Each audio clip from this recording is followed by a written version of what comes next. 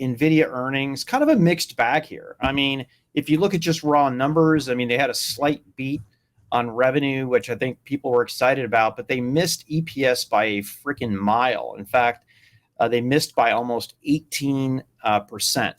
A lot of product transitions going on here, not only in the data center, but also in consumer. They had a ton of overhang in the gaming market, gaming/crypto market. I'm sure I'm going to get a nasty note about it, but the reality is a lot of people were using their consumer cards to do crypto, even though they disabled some of that function in firmware. And if I look at the gaming numbers, 1, 2, 3, 4, I mean, it's the lowest gaming numbers I've seen in 2 years. They came in at 1.6 billion, took a $700 million pricing adjustment on that old inventory as they work the 4000 series into the lineup. Data center, that looked pretty good. Flattish. Year over year was up, and that really was a bright spot.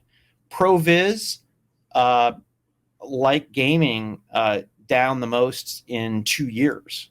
And I'm going to attribute that to transition as well. So truly a mixed bag. If I look at the future, what holds them, I think AMD is going to do very well with their new lineup that they brought. And I would say for the first time in a long time, they look like more than a threat than they have been over the last 2 years. Now, I'm going to put an asterisk there. Unless AMD and its consumer graphics can muster a much more heightened assault on the marketing front, none of it matters.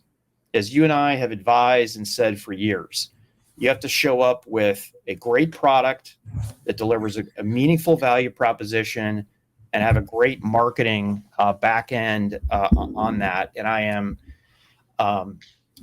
again, I don't think that AMD has invested enough over the past 2 years to get that marketing muscle. A good example is my son, who's 22, doesn't have any history or recollection of AMD being on top, even though AMD and ATI were on top for decades back in the day. And, you know, if you don't have that reputation and you haven't invested in marketing, then you have to show up with a knockout punch with a product. I don't think that AMD has shown up with a knockout punch yet that Nvidia can't potentially stifle with a card that sits right at the high end of what the company's doing.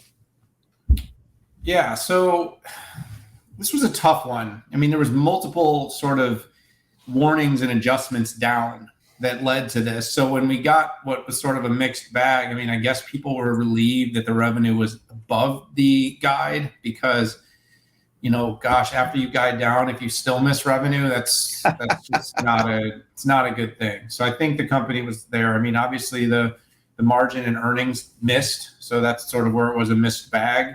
I mean, look, Pat, the gaming area is going to take a while to get the cleanup right. You've got this inventory glut. You had a ton of pricing power, and now you've got a flood in the market. And all the chip companies have had to make some adjustments for this in the last quarter. Those with higher consumer exposure, as well as things like PCs, are going to probably be facing bigger short-term adjustments to figure out how do they get that inventory balanced? How do they get all that inventory out of the system and start shipping again? Why didn't AMD have these adjustments, Daniel? Well, I mean, there's a couple of things when you have better results. One is, you know, you have a better handle of your partners and your supply chain. You know what's going on. B, Pat, I think, and this is kind of maybe a little provocative, but I don't think AMD got nearly as tied up in this blockchain/crypto market. And ding, ding. Yeah, you know, and obviously I've been very bullish on Nvidia for a long time. And so sometimes, you know, you have to be able to come back and say, what did I get right and what did I get wrong?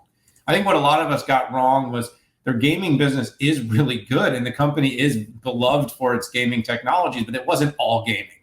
There was a big chunk of crypto related. And the company actually pivoted to that. It had products it was building for ETH, and because it saw that as a big market. And I believe in the comments on this earnings, Jensen Huang actually said he doesn't see blockchain. The word wasn't crypto, the word was blockchain as being a big part of the company's future. But having said that, crypto has had its booms and busts. So this isn't probably the end, but the reason it might be a little bit of the end is the most stable crypto assets, which are going to be Bitcoin and Ethereum, most likely no longer get mined on GPUs.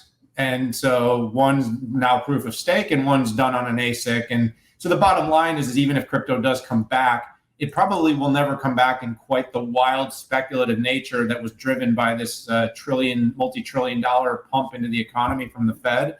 And so it's going to come back differently. So that part of the business is going to have to grow more traditionally. A couple positive notes, though. One, automotive had a much better quarter. Now automotive, you and I have been critical that it hasn't been capitalizing on opportunities that we've mentioned. Qualcomm has had really robust results. Well, this particular quarter, the automotive business did perform much better.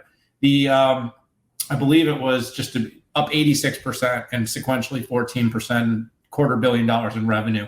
A couple of big wins included that Volvo EX90, where we talked about the LiDAR from Luminar, but it also is powered by Nvidia.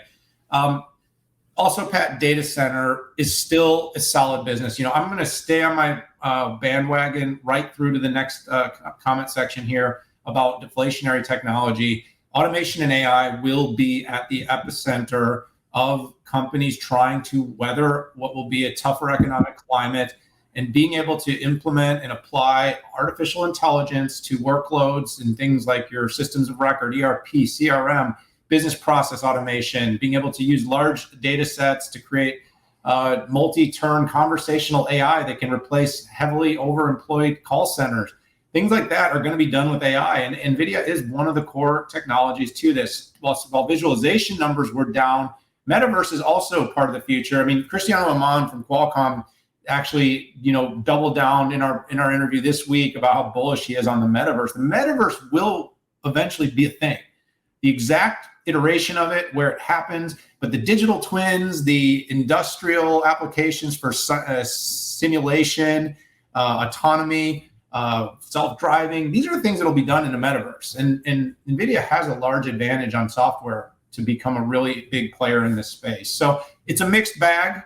I'm not down on NVIDIA, but this gaming thing's got to get cleaned up before we get it's just such a big part of the business before we're going to have real clarity about when they're going to return to meaningful growth. Yeah, NVIDIA just is like a cat, man. It just, you think you have them down and they just come back and just get you.